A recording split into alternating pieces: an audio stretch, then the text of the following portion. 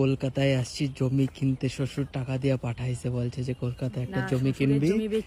শ্বশুরের জমি বেচছে, ওই তো ওই টাকা দিয়ে কলকাতায় জমি কিনতে আসছি। দেখছো আমার শ্বশুর কিতনা বড়লোক হয়। এ দেখো এই এই বাড়িগুলো দেখতে এসছি, কত কি দাম না না দাম দেখবো, তবে শ্বশুরে বলবো টাকা দিতে। তো কি অবস্থা, কালকে নিকো পার্ক যাবে ছেলে গো, ওয়া ফুটবল খেলার ড্রেস কিনে আনছে। দূর ইয়া পয়রা কেউ নিকো পার্ক যায় নাকি?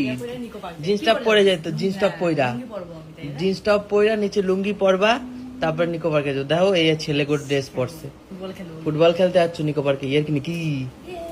ভগবান দেখো, এই বলে এই রুমাল কিনছে ১,৫০০ টাকা দিয়া। দেখো এই টোপলা, তুমি তো গেছো আজকে কি এর দিয়ে তুমি একটা ৫০ টাকার মোজা অর্ধেক কাইটটা হাতে পড়তা, এর দিয়ে ভালো তোমার শ্বাসকষ্ট হইতো না।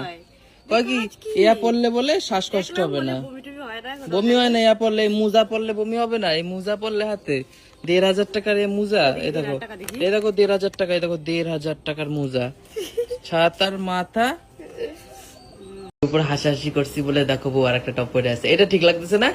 এদিকে দেখাও, এটা ভালো লাগছে। ওইটা সত্যি খেলার জার্সি মনে হচ্ছিল, আসলে সব খেলার জার্সি কিনে আনছে। নিকো পার্কে যাবে কয়া, অনলাইন দিয়ে কিনতে গেছিলাম, বেশি টাকা তাই কেনে নাই। সব ১২০ টাকায় প্যান্ট আর জামা দুইটা কম্বো কিনে আনছে। ও তাহলে কি, ও কইরা, ও তাই বলো।